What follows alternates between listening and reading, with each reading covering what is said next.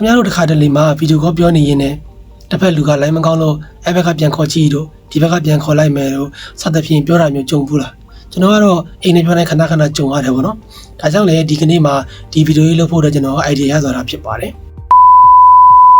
မင်္ဂလာပါကျွန်တော်ရဲ့စိတ်ကူးပေါင်းမှာဗီဒီယိုထပ်ထားပြီးတော့တင်တဲ့အကောင့်ကနေကြိုဆိုလိုက်ပါတယ်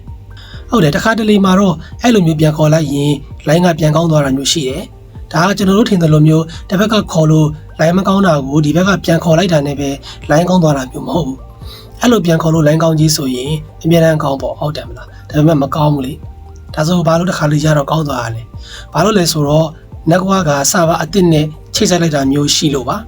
ဒါပေမဲ့မိမိဖုန်းရဲ့ internet ကိုယ်တိုင်ကလိုင်းကျနေရင်တော့ဘယ်လိုပဲလုပ်မရပါဘူးဒါဆိုရင်ဗီဒီယိုကောပြောနေတဲ့အချိန်မှာ internet ကရောဘယ်လိုမျိုးအလုပ်လုပ်တာလဲပုံမှန်အားဖြင့်ဆိုရင် internet က download နဲ့ upload ဆိုပြီးတော့နှစ်ပိုင်းရှိမယ် download ကတော့ခင်ဗျားတို့လည်းသိထားပြီးသားပဲပေါ့နော် upload ကကြတော့ဘယ်ချိန်မှလုပ်ရလဲဆိုရင်ကျွန်တော်တို့က Facebook, TikTok, Instagram စတဲ့ဒီလို social app တွေမှာ post တင်တဲ့အခါတွေမှာအလုပ်လုပ်ရတယ်ဒါကြောင့်လည်းတစ်ခါတလေမှာဗီဒီယိုတင်တဲ့အခါမှာကြာနေတာတွေ့မှာပေါ့ဒါက upload ကြောင့်ဖြစ်တာဒီဗီဒီယိုလေးမှာ speed test လုပ်ရတာကိုကြည့်မယ်ဆိုရင်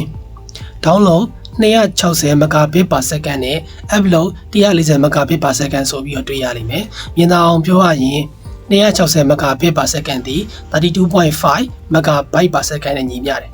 ဒါလည်းမသိသေးဘူးမလား okay ထပ်ပြီးတော့ရှင်းပြပေးမယ်ဥပမာ file size 32 megabyte ရှိတဲ့တခြင်းတစ်ပုဒ်ကိုကျွန်တော်တို့က down မယ်ဆိုပါစို့အချိန်ဘယ်လောက်ကြာမလဲဆိုရင်အခုပုံထဲကမြင်ရတဲ့ internet speed နဲ့ဆိုရင်10 စက္ကန့်ပဲကြာမယ်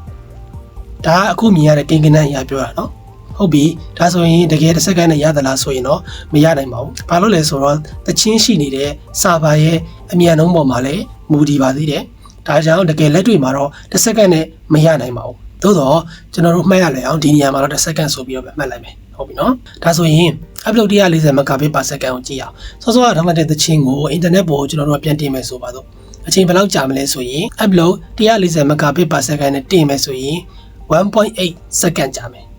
1.8 စက္ကန့်ကြာမယ်ပေါ့နော်โอเคဒါဆိုရင် upload နဲ့ download ရှိတာကိုလည်းသိသွားပြီ speed ကွာခြားမှုရှိတာကိုလည်းသိသွားပြီဆိုတော့ video စမှာပြောခဲ့တဲ့အကြောင်းအရာလေးကိုဆက်ပြီးလေ့လာကြည့်အောင် video ကိုပြောတဲ့အခါမှာ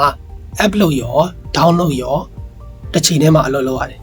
ဥပမာ Viber မှာ video ကိုပြောတယ်ဆိုပါစို့ဒီဘက်ဖုန်းမှာတစ်ဖက်လူရဲ့အတန်နဲ့ရုပ်ကိုလာပြပေးတယ်အဲ့ဒါ download ကအလုပ်လုပ်တာတစ်ဖက်ကဖုန်းမှာကျွန်တော်တို့ရဲ့ရုပ်နဲ့အတန်ကိုတွက်ပြပေးတယ်အဲ့ဒီအတွက်ကိုကျွန်တော်တို့ဖုန်းရဲ့ internet ရဲ့ upload ကလုပ်ပေးတယ်ဟုတ်ပြီနော်ဒါဆိုရင်ရှင်းသွားပြီတခါတည်းရမှာ download နဲ့ upload ဒီပြိုင်တူ line ကျနေတာမျိုးလည်းဖြစ်တတ်တယ် upload က line ကောင်းပြီး download က line ကျတာမျိုး download က line ကောင်းပြီး upload က line ကျနေတာမျိုးလည်းဖြစ်တတ်တယ်မြင်သာအောင်ပြောရရင်တစ်ဖက်ကကျွန်တော်တို့ပြောတာကိုအကုန်ရှင်းရှင်းလင်းလင်းနဲ့ကြားနေရတယ်ရုပ်ကိုလည်းသိချာမြင်နေရတယ်ဒါဆိုရင်ကျွန်တော်တို့ဖုန်းရဲ့ upload ဒီလိုင်းကောင်းနေလို့ဒါပေမဲ့ကျွန်တော်တို့ကတော့သူပြောတာကိုသိချာလည်းမကြားရဘူးရုပ်ကလေးသိချာမမြင်ရဘူးဆိုရင်တော့ကျွန်တော်တို့ဖုန်းရဲ့ download ဒီကျွန်တော်တို့ဖုန်း internet ရဲ့ download ဒီလိုင်းကျနေလို့ဖြစ်ပါတယ်လိုင်းမကောင်းဘူးလို့ခံစားရစေတဲ့နောက်တစ်ချက်ကတော့ပင်ကြောင့်ပဲဖြစ်ပါတယ်ဂိမ်းဆွဲတဲ့သူတွေဆိုရင်တော့ပင်ကဘယ်လောက်အရေးကြီးလဲဆိုတာကိုသိပါလိမ့်အခုတော့ပင်အကြောင်းကိုထည့်မပြောတော့ပါဘူးဒါကတော့ upload နဲ့ download ကိုပဲအဓိကပြောချင်တာမို့လို့ပေါ့နော် okay ဒါလို့ဆိုရင်တော့ line မကောင်းဘူးဆိုပြီးဖုန်းချပြီးပြန်ခေါ်လို့ line ကောင်းသွားတယ်ဆိုတာမျိုးကမဟုတ်ဘူးဆိုတာလောက်ကိုတော့သဘောပေါက်လောက်ပြီးထင်ပါတယ်နောက်ထပ်စိတ်ကူးပေါက်လို့တင်တဲ့ဗီဒီယိုမှာပြန်တွေ့ပါမယ် see you